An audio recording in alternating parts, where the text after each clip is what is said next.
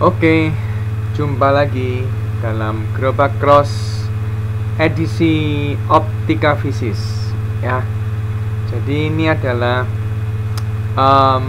bab yang kalau dibilang susah enggak sih, cuman harus tahu rumus dan lompat-lompatnya nanti. Apa aku lompat-lompatnya? Nanti dijelasin, akan aku jelasin lebih lanjut lagi ya.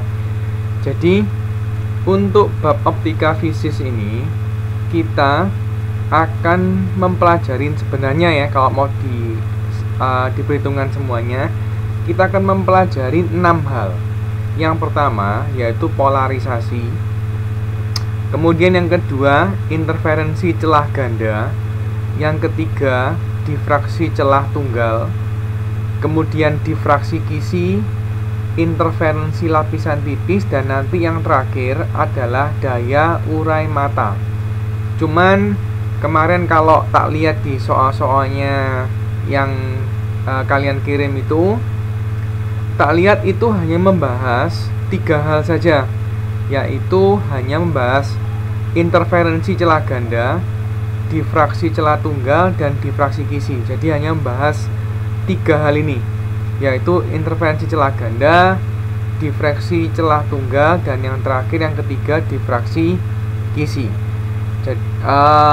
Jadi aku akan fokus lebih ke 3 hal itu dulu ya. Nanti kalau memang ada tambahan lagi, maka akan aku buatkan video lagi. Tapi buat sementara waktu kita akan belajar di 3 hal tersebut. Nah, di video ini aku akan lebih menjelaskan tentang rumus-rumusnya dulu ya. Aku akan jelaskan ke rumus-rumusnya dulu. Nanti di video-video berikutnya kalian akan aku kasih tentang contoh-contoh soalnya. Tapi tak jamin pasti tidak susah pengerjaannya. Bab ini tidak susah. Pokoknya kalian tahu tips atau cara kerjanya pasti gampang. Oke. Nah, good newsnya untuk 3 hal ini, yaitu celah ganda, celah tunggal, dan difraksi kisi, mereka bertiga ini menggunakan rumus yang sama ya. Rumusnya sama, ini enak sekali ya. Rumusnya itu sama, hanya ada 2 rumusnya. Apa rumusnya? Rumus yang pertama adalah jika ada sudut atau theta. Pokoknya kalau nanti kalian ketemu soal-soal yang berhubungan dengan sudut-sudutan, maka nanti kalian pakai rumus ini. D sin theta sama dengan N dikali lambda. Nah, itu kalau ada tetanya atau ada sudut-sudutannya.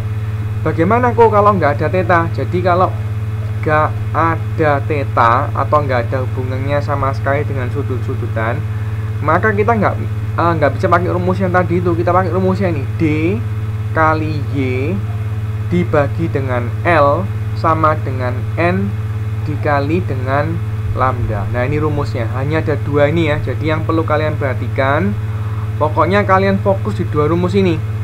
Jika ada theta dan jika nggak ada hubungannya sama theta-thetaan. Wes, mikirnya cuman gitu aja mind mapnya.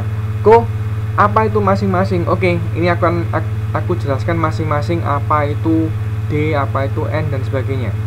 Oke, yang pertama D. D itu adalah namanya lebar celah.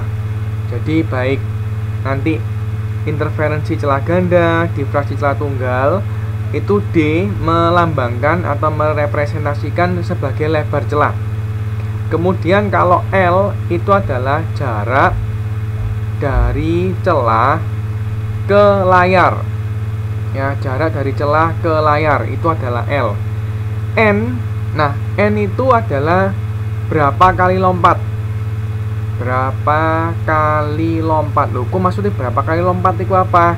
Nanti akan aku jelaskan lebih lanjut. Pokoknya kalian simpen dulu N itu berapa kali lompatnya. Jadi misalnya nanti dari terang 1 ke terang 5 itu lompatnya berapa kali, itu masuknya N nya. Atau misalnya gelap 3 ke gelap 4 itu lompatnya berapa kali. Nah, kemudian yang keempat yaitu lambda ya. Nah, lambda pasti tahu lah ya. Lambda itu adalah panjang gelombang,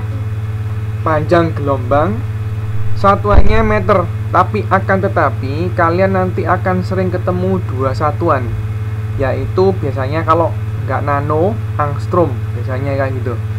Nano itu 10 pangkat min 9 meter. Ya, ini kalian sudah belajar di kelas 10 nano. Nah, yang baru itu adalah ini. Ini namanya adalah angstrom. Ya, angstrom. Angstrom itu satuan panjang, tapi biasanya dipakainya memang hanya di bab ini aja. Dimana kalau angstrom itu 10 pangkat min 10 meter. Jadi misalnya nih ya, misalnya ada diketahui lambda sama dengan 300 angstrom, maka itu sama artinya dengan 300 dikali 10 pangkat min 10 meter, atau bisa juga ditulis sebagai 3 10 pangkat min 8 meter. Nah, itu penggunaan dari angstrom. Kemudian yang terakhir setelah D, L, N, lambda, terakhir adalah Y. Nah, Y ini adalah yang paling sering ditanyakan. Jadi Y itu adalah ya apa yang ngomongnya? Jarak dari jarak gelap ke gelap, atau mungkin bisa juga jarak dari gelap ke terang, atau bisa juga terang ke terang. Jadi pokoknya yang berhubungan dengan kata-kata seperti ini berarti mintanya adalah Y. Jadi misalnya tentukan jarak terang 1 ke gelap 3, lah itu Y-nya maksudnya. Atau jarak gelap 1 ke gelap 5, berarti itu juga minta Y-nya. Oke, jadi Y itu adalah jaraknya, jarak yang diminta. Biasanya jarak dari gelap ke terang, atau terang ke terang, atau gelap ke terang, atau jarak terang pusat, itu sama aja wes, itu adalah Y-nya ya. Nah, sekarang akan aku kasih gambaran. Lho kok lah nek rumusnya podo, terus bedanya apa? Bedanya hanya di lompat-lompatnya atau penggambaran sketsanya. Jadi ini untuk interferensi celah ganda, untuk tiga-tiganya lebih tepatnya ya, alangkah baiknya kalian gambar dulu.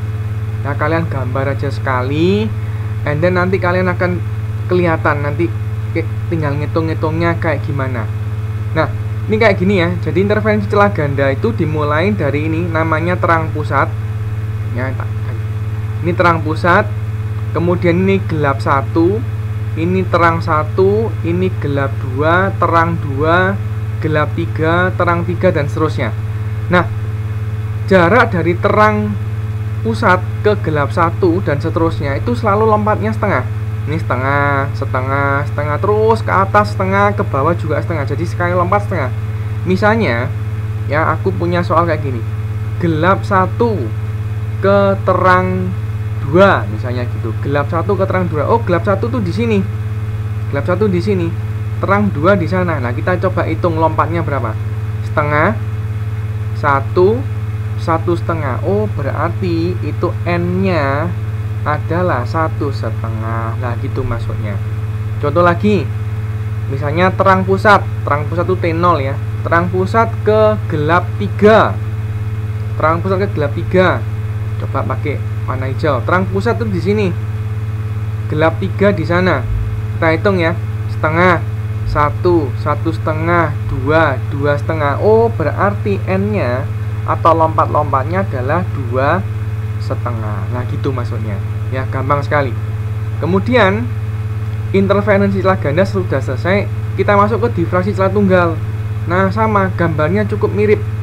Cuman bedanya adalah dari terang pusat ke gelap 1 itu lompatnya 1 kali dulu. Baru kemudian setengah, setengah, setengah, dan seterusnya. Coba ya, kasih contoh.